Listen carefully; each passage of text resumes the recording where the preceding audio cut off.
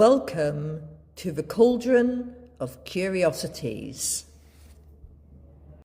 Today we're talking about a collection of curiosities.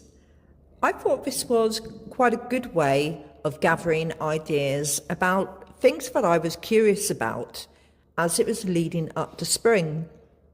It is the equinox today. Spring is truly here. As I look outside the window, part of me wants to be outside with the sun shine on my skin. And yesterday I was outside enjoying the sunshine as I was pulling up grass in the lavender fields. I was surrounded by warm lavender and the honeybees were flying overhead. Yes, I was curious and I went over to the hive and I watched the honeybees coming in, and I could see the yellow in their pollen baskets, which I've been told is where they're collecting from the crocus. And I suspect they've been out collecting from dandelions too. So it will be interesting to see where this all comes forward in the spring as the honeybees start to become more busy as they go about collecting pollen and to create the nectar and honey that they feed the hive with. I will talk to you today about a range of different things that I was curious about things that I see when I'm out walking, things that I notice when I sat in my van. Like one example was I was looking at Bumblebee as he was sleeping, and I noticed he had quite a lot of similarities to a carving of a dragon I had. And I thought, do you think dogs are a derivative of these dragon styles? He's certainly got a very similar hairdo, and he's also got a cranial ridge that's very similar to the dragon head that I've got. And their colouring is quite similar. But Bumblebee's got hair and he doesn't have scales. But I did ponder on this. So this gives you some indication of how my mind was moving. And let's go down a rabbit hole with the Cauldron of Curiosities. Today I'm going to provide a collection of things that I am curious about. Now, the first thing that I was curious about was about finding metal embedded in a tree. I went for a walk with Bumblebee at the campsite that I was staying at, and there's a large beech tree on the edge, and something sort of called me to go over and have a look. And as I looked down, there were about 4 or 5 rings of iron deeply embedded into the bark of this beech tree. And this led me to think, was this doing any harm to the tree? Now, none of us really know what harm we're doing to trees because most of us don't have that ability to communicate with trees. But it can't have been that good for it, you would think. But what I did find out is there is a word for where the tree consumes an item, and it's called edaphoecotropism. And this means that the tree has engulfed or flowed around as it's grown around the object. So in this case it may have been a chain that the beech tree, as its layers grew around the chain links or these circles of iron, and they're now well embedded. Now, I had a look on the internet because Google is a good source for finding things at times, and it suggested that if you took away the bark, the item wouldn't be harmed. And there is a tale of a tree that has a bicycle within it, and it's known as a bicycle tree. So you might want to look that one up. But It reminds us of how trees adapt to live within our environment. But I did also wonder when I was looking at the tree this morning, why doesn't it throw out the object that's causing an issue? Or is it because it's the least resistance to grow around it and pretend it doesn't exist? That's something else to consider, isn't it? One night, Albert Einstein dreamt that he was walking through a farm where he found a herd of cows against an electric fence. When the farmer switched on the fence, the cows suddenly jumped back all at the same time.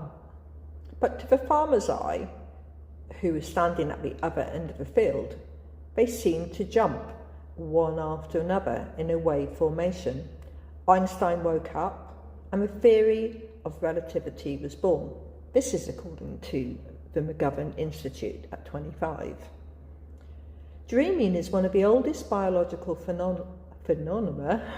For as long as humans have slept, they've dreamt. But through most of our history, dreams have remained mystified, leaving scientists, philosophers and artists alike searching for meaning. In many Aboriginal cultures, such as East Asia community, in Peruvian Amazon, dreaming is a sacred practice for gaining knowledge or solving a problem through the dream narrative. But in the last century or so, technological advancements have allowed neuroscientists to take up dreams as a matter of scientific inquiry.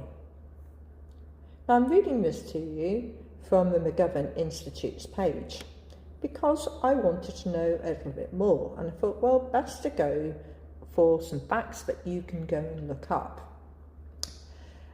I'm looking at what's happening with the brain when we're sleeping and we're dreaming. What's going on? Well, there are the 5 brain waves: delta, theta, alpha, beta and gamma. During the transition to sleep, the number of beta waves lowers significantly and the brain produces a high level of alpha waves, which would indicate that the alpha waves are related to relaxation. These waves, the brain waves that is, regulate attention and help filter out distraction. So this made me think, okay, do I actually understand what the different waves are? And I thought, probably not. So maybe I need to go down the rabbit hole of what the brain waves are doing. It does say alpha waves are produced when we daydream, meditate, or listen to something like the sound of rain. But then there's the frequency of those waves, which works in with music and sound waves. So gamma waves, which are at the top, are the fastest of brain activity, and they're responsible for cognitive functioning, learning, memory and information processing. A prominence of a gamma wave can relate to anxiety or high arousal or stress, and its suppression can lead to attention deficit hyperactivity disorder, depression or even learning disabilities. But research suggests that in optimal conditions, gamma waves can help with attention, focus and the binding of the senses, smell, sight and hearing, consciousness, mental processing, and it helps with perception. Then beta waves are about high frequency, low amplitude brain waves that are commonly observed in a waking state. That is what most of us experience on a daily basis. It's about our conscious thought and logical thinking, the thing that we don't do when we're dreaming, apparently. Because when we dream, they say that the dreams liberate our emotions and get rid of that logical thought. Having the right amount of beta brainwaves allows us to focus as well. The prominence of this wave also can cause anxiety and high arousal and an inability to relax and stress. So both of those in too much, too many gamma and too many beta, seems like it's not such a good thing. But there's, within the beta brainwaves, it tells me that there are 3 types of beta wave. We have a low beta wave, 12 to 15 hertz, known as beta 1, and mostly associated with a quiet, focused, introverted concentration. There's a mid-range, which is 15 to 20 hertz, known as beta 2, and is associated with increase in energy, anxiety, and performance.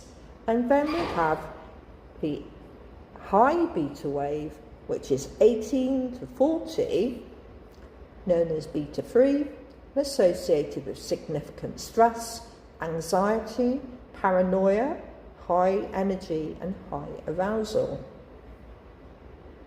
Moving on to alpha brainwaves. Alpha waves have a frequency range between beta and theta. They help us calm down when necessary and promote feelings of deep relaxation. Alpha waves are found prominently in daydreaming. That means I have quite a lot of alpha waves because I do like to daydream. An inability to focus and being very relaxed. And if they're suppressed, this also can cause anxiety, high stress, and insomnia. But when they're optimal, it leads to a relaxed state. Then number 4 is theta waves. This particular frequency range is involved in both daydreaming and sleep. Again, if this wave is suppressed, it can cause anxiety and poor emotional awareness. I'm not quite sure how you suppress this particular wave, the theta wave, but stress is related if you do that. In its optimal state, theta waves help with creativity, emotional connection, intuition, and relaxation. And the theta waves have benefits of helping to improve our intuition and creativity and making us feel more natural. Theta is also involved in restorative sleep.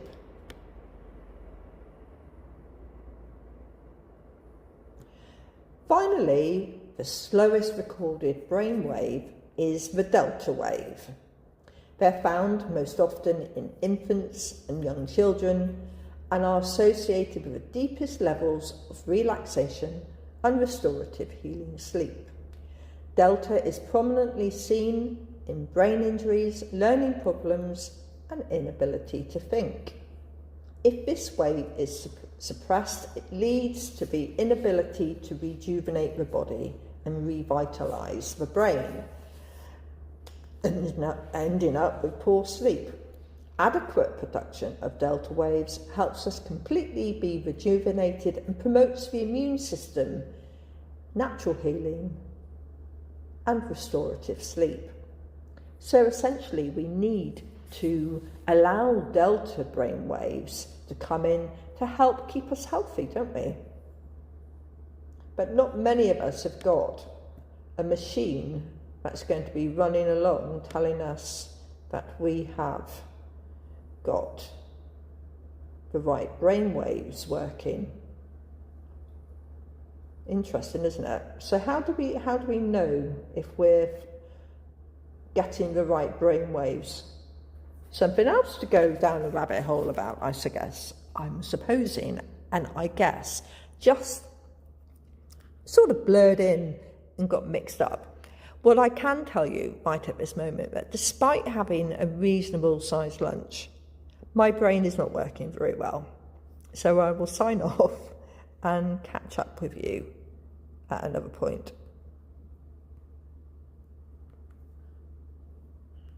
The frequency of brain waves. Delta is 0.5 to 4 hertz, and that is deep sleep. Theta is 4 to 8 hertz, and that's your drowsiness and deep relaxation.